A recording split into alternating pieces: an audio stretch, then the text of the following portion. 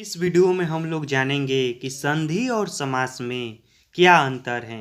देखिए, संधि और समास में जो अंतर है यह अधिकांश बार परीक्षा में पूछता है और यह एक हिंदी का बहुत ही महत्वपूर्ण टॉपिक है कि संधि और समास में क्या अंतर है। तो चलिए इसको अब हम समझते हैं। तो सबसे पहले हम संधि के परिभाषा को समझते हैं, उसके बाद हम समास के परिभाषा को समझेंगे और उसके बाद हम इसके अंतर को समझ जाएंगे। तो सबसे पहले हम यह समझ लेते हैं कि संधि कहते किसे हैं, तभी तो हम इसके अंतर को अच्छे से जान पाएंगे। तो देखिए, दो अक्षरों के आपस में मिलने से उनमें जो विकार पैदा होता है उसे संधि कहते हैं। तो संधि में क्या होता है कि दो अक्षर आपस में मिलते हैं और उनमें अलग विकार पैदा होता है तो उसे संधि कहते हैं। जैसे में मान लीजिए यहाँ पर अ प्लस अ, यह दो अक्षर हैं जो आपस में मिल रहा है तो आ बना रहा है। ठीक उसी तरह उ प्लस उ, यह आपस में मिल रहा है तो बड़ा उ बना रहा है। तो इस तरह से दो जब अक्षर आपस में मिलते हैं तो अपना दीर्घ बनाते हैं या एक अलग विकार उत्पन्न होता है तो उसे संधि कहते हैं। तो संधि में क्या होता है, यह जो मुख्य बात है पहला वह यह है कि इसमें अक्षर आपस में मिलते हैं और उसमें विकार उत्पन्न होता है। उसके बाद अब हम समास के परिभाषा को देखते हैं, समझते हैं कि आखिर अब समास कहता क्या है।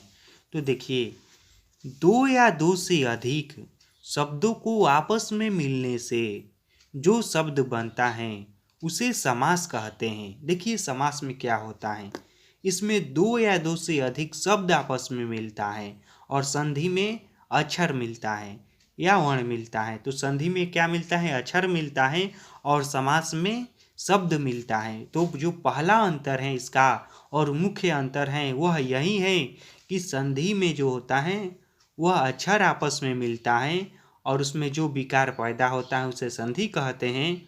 और समास में जो मुख्य अंतर है वह यह है कि इसमें दो या दो से अधिक शब्द आपस में मिलते हैं और उनसे जो शब्द बनता है उसे समास कहते हैं। जैसे में मान लीजिए यहाँ पर महात्मा है तो इसका समास करेंगे तो होगा महान प्लस आत्मा, यानी कि इन दोनों शब्दों के मिलने से यह बन रहा है महात्मा। तो यहाँ पर यह समास हो रहा है और यहाँ पर हम देखते हैं कि अ प्लस अ यानी कि दो अक्षर मिलकर आ बना रहा है और यहाँ पर महान प्लस आत्मा दो शब्द मिलकर महात्मा बना रहा है जो कि समास है और यह एक संधि है। तो जो पहला था और मुख्य अंतर था वो आप समझ गए। अब दूसरा अंतर समझिए। देखिए, संधि में शब्दों को तोड़कर अलग अलग करने को विच्छेद कहते हैं। संधि में जो होता है वह शब्द को तोड़कर अलग अलग किया जाता है या वर्ण को तोड़कर अलग अलग किया जाता है तो उसे विच्छेद कहते हैं। जबकि समास में इस क्रिया को विग्रह कहते हैं।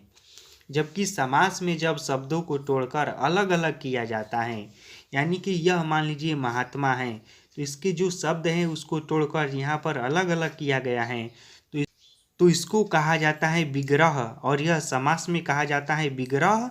और संधि में तोड़कर अलग अलग किया जाता है तो इसको कहा जाता है विच्छेद। तो दो मुख्य अंतर था यही संधि और समास में, और भी अंतर है लेकिन वह उतना मुख्य नहीं है जितना यह दोनों हैं। तो जो मेन अंतर था वह यही दोनों था। तो इसको अच्छे से याद कर लीजिएगा और आप स्क्रीनशॉट लेना चाहते हैं तो ले लीजिए ताकि कॉपी पर लिखने में आसानी होगी।